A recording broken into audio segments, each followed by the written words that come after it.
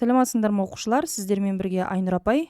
Бүгінгі видеода 6 сынып математика пәнінің 17-ші сабақ, яғни проценттерге берілген есептерді пропорцияны пайдаланып шығару тақырыбы бойынша 150-ші және 152-ші аралығындағы есептерді қарастыратын боламыз.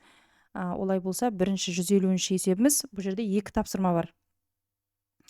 Автобус бірінші сағатта баруға тиісті қашықтықтың 32%-ін жүргенде әлі де жүрілмеген 127,5 километр жол қалды. Автобуспен баруға тиісті қашықтық неше километр дейді. Бұл жерде пропорция құрастырамыз. Бірінші есептеп қояйын. Әлі жүрілмей қалған жол ол 127,5. Жазып қояйық. 127,5 километр. Бұл әлі жүрілмеген. 32% жүріліп кеткен болатын болса, онда жүрілмеген проценті ол 68 болады. Өйткені барлық жолды 100% деп алсақ, 100-ден 32-ні азайтқан кезде 68% болады екен. Мынау әлі жүрілмеген жол. Енді барлық жол ол 100% деп алатын болсақ, ол қанша x табамыз? Өйткені автобуспен баруға тиісті қашықтық неше километр деп жазған. Енді осы жерден x табатын болсақ, 127,5-ті көбейтеміз 100-ге, бөлеміз 68-ге.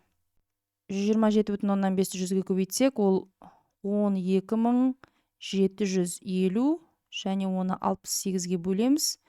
Есептің жауабы 187,5 километр болады екен. Екінші есеп. Дәптерде 24 бет бар. Мадина дәптер беттерінің 25%-не жазулар жазды. Дәптердің жазылмаған неше беті қалды дейді. Барлығы 24 бет, және оны біз 100% деп аламыз. Жазылмаған бетін табу керек бізге. Жазылмаған беті x болады, және жазылмаған бетін процентін табатын болсақ, міне жазылған беті 25, 100-ден 25 алсақ, сонда жазылмаған беті 75% болады екен. Енді осы жерден x-ті тапсақ, 24-ті көбейтеміз 75-ке, және оны 100-ге бөлеміз.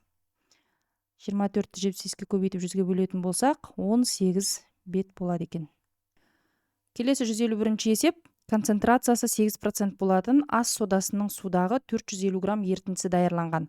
Оған 10 грамм ас содасын қосқанда ертіндінің концентрациясы неше процент болады дейді.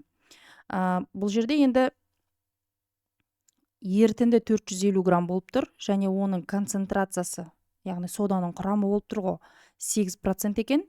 Және оның үстіне тағы да 10 грамм ас содасы қосылады. Сол кездегі ертіндінің концентрациясын табу керек. Бұл жерде де біз пропорция құрастырамыз. Яғни 450 грамм ол бізде 100% болады.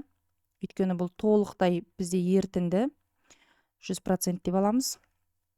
Және оның құрамындағы ас соданың концентрациясы 8% деп айтылған. Проценттің астына процентін жазамыз.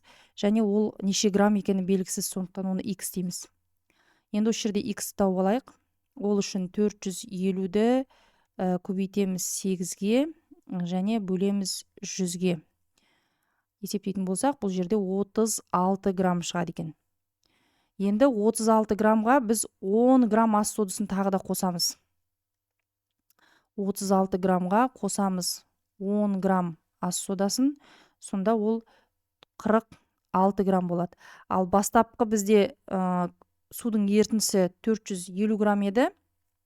Оған 10 граммды қоссақ 460 грамм болады. Сонда 460 грамм енді толық біздің ертіндіміз, оны 100% деп аламыз.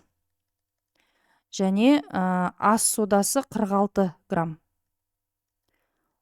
Ол неше процент болатынын x дейміз. Енді осы жерден қайтадан x табатын болсақ, 46 көбейту 100 бөлу 460. 100 бен 460-ның нөлін қысқартып жібереміз. 46 мен 46-ны қысқартып жібереміз. Сонда есептің жауабы 10% болады екен. Балалар, есептің шығарылуы түсінікті болып жатса, видеоға лайк басып, каналға тіркеліп, және қоңыраушаны басуды ұмытпаңыздар. Келесі 152-ші есеп. Бұл жерде екі тапсырма бар. Бірінші тапсырмасын қарастырайық. Домбыра жасайтын шеберхана бір айда 8 домбыра жасауы керек еді. Олар бір айда 2 домбыраны артық жасады. Домбыра жасайтын шеберхана бұл айда жоспарды неше процент артық орындады дейді.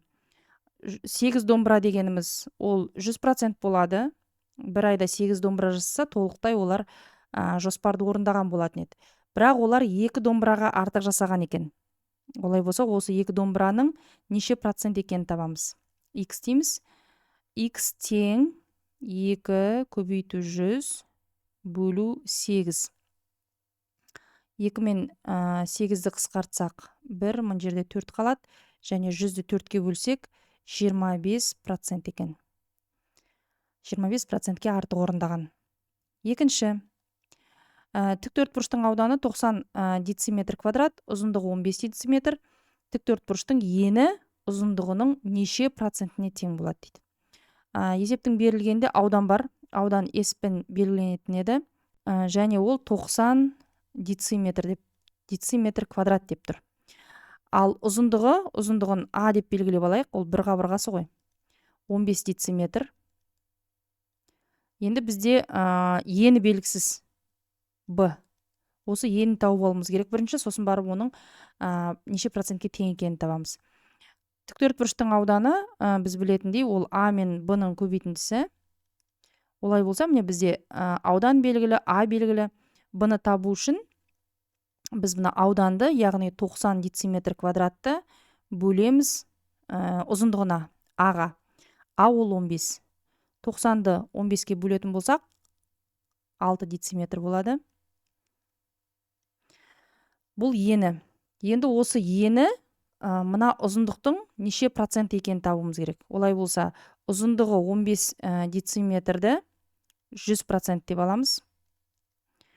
Ал 6 дециметр осының неше проценті екенін табуымыз керек. Олай болса, ол X болады.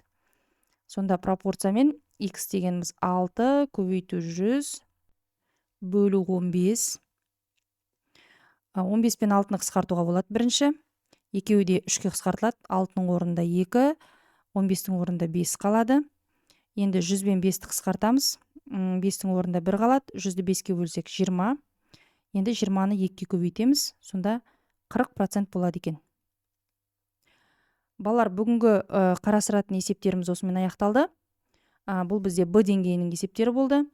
Есептің шығарылу жолы түсінікті болса, осы видеоға ұмытпай лайк басамыз, каналға тіркеліп, және қоңыраушаны басып қойыңыздар. Сонымен қатар осы видеоны достарыңызға жіберуді ұмытпаңыздар. Ал мен сіздермен келесі видеоға дейін қоштасамын. Сау саламатта болыңыздар. Сіздермен болған Айнұр апай, оңай математика каналы.